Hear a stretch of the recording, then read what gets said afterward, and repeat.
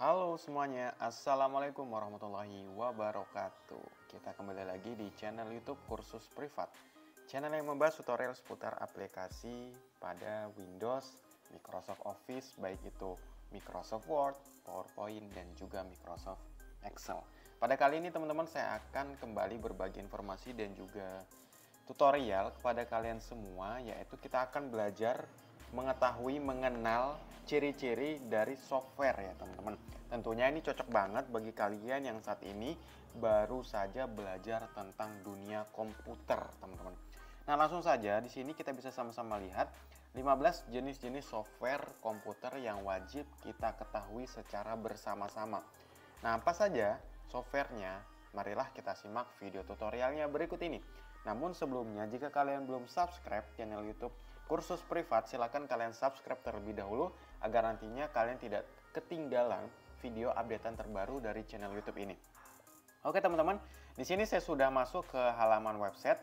Nama websitenya adalah kursusprivat.com dan di sini kalian bisa belajar secara gratis ya teman-teman. Kalian bisa mengetahui semua tips dan trik seputar aplikasi, komputer, Windows, dan lain sebagainya. Ataupun seputar dunia tentang IT. Nah, di sini ada keterangan 15 jenis-jenis software pada komputer dan fungsinya.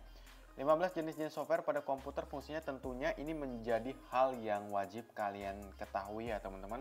Karena pada dasarnya pada saat kita ingin belajar tentang komputer, tentu kita harus mengetahui tentang apa itu hardware, apa itu software, apa itu brandware. Dan sebelumnya juga saya sudah pernah membahas video seputar pengertian dari hardware. Kalian bisa cek video saya yang sebelumnya teman-teman. Nah di sini, software adalah perangkat lunak, yaitu sekumpulan instruksi yang mengatur komputer untuk melakukan tugas-tugas tertentu. Ada banyak jenis perangkat lunak dengan berbagai fungsi. Nah, berikut ini untuk jenis-jenisnya teman-teman, jenis-jenis software dan fungsinya. Yang pertama yaitu sistem operasi ataupun yang biasanya disebut dengan operating system. Nah, contoh dari sistem operasi adalah Windows, kemudian juga ada Mac OS, kemudian juga ada Linux, kemudian juga ada iOS, kemudian juga ada Android. Itu merupakan salah satu contoh dari sistem operasi. Kemudian yang fungsinya adalah mengelola sumber daya komputer, yaitu baik berupa prosesor, memori, perangkat keras, dan menyediakan antarmuka untuk pengguna dan aplikasi. Jadi dia tuh menghubungkan antara si pengguna atau si user dengan salah satu aplikasi yang ada di sistem operasi tersebut. Kemudian yang kedua di sini ada aplikasi pekerjaan. Tentunya teman-teman sudah tidak asing lagi dengan aplikasi-aplikasi pekerjaan. Misalnya ada Microsoft Office, kemudian juga ada LibreOffice. Nah, LibreOffice ini biasanya digunakan di sistem operasi open source atau yang biasanya disebut dengan Linux ya teman-teman. Kalian bisa menggunakan LibreOffice. Kemudian juga ada Google Workspace dan masih banyak lagi. Yang fungsinya adalah membantu pengguna dalam membuat, mengedit, dan mengorganisir dokumen, spreadsheet, presentasi, dan lebih banyak lagi. Kemudian yang ketiga ada aplikasi desain grafis. Aplikasi desain grafis ini ada Adobe Photoshop, kemudian juga ada Corel Draw, kemudian juga ada AutoCAD, dan juga ada Canva. Nah, Canva itu berbasis template yang bisa kalian langsung gunakan.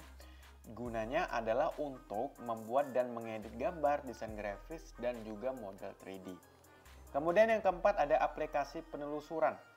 Nah, aplikasi penelusuran ini bisa sama-sama kita ketahui, yaitu ada Google Chrome, kemudian juga ada Firefox, kemudian juga ada Opera Mini ataupun Opera yang saat ini saya gunakan. Kemudian juga kalian bisa menggunakan aplikasi Microsoft dari Microsoft itu sendiri ya teman-teman, ada namanya Microsoft kalau nggak salah. Coba kita cari. Nah, namanya Office atau coba. Sepertinya ada bawaan dari Microsoft itu sendiri ya teman-teman.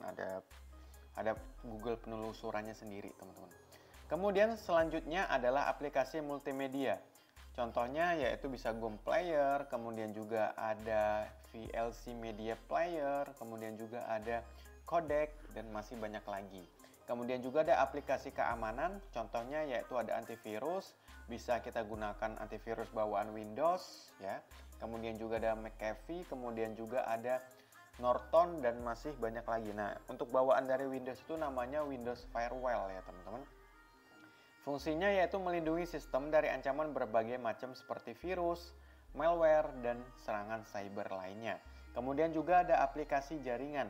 Aplikasi jaringan itu bisa kita gunakan yaitu seperti email, kemudian juga ada Thunderbird, kemudian juga ada Outlook, kemudian juga ada VPN clients yang fungsinya adalah membantu akses dan interaksi dengan jaringan, menjelajahi internet, mengirim email, dan mengamankan koneksi. Kemudian juga ada bagian yang ke-8 adalah aplikasi pengembang perangkat lunak.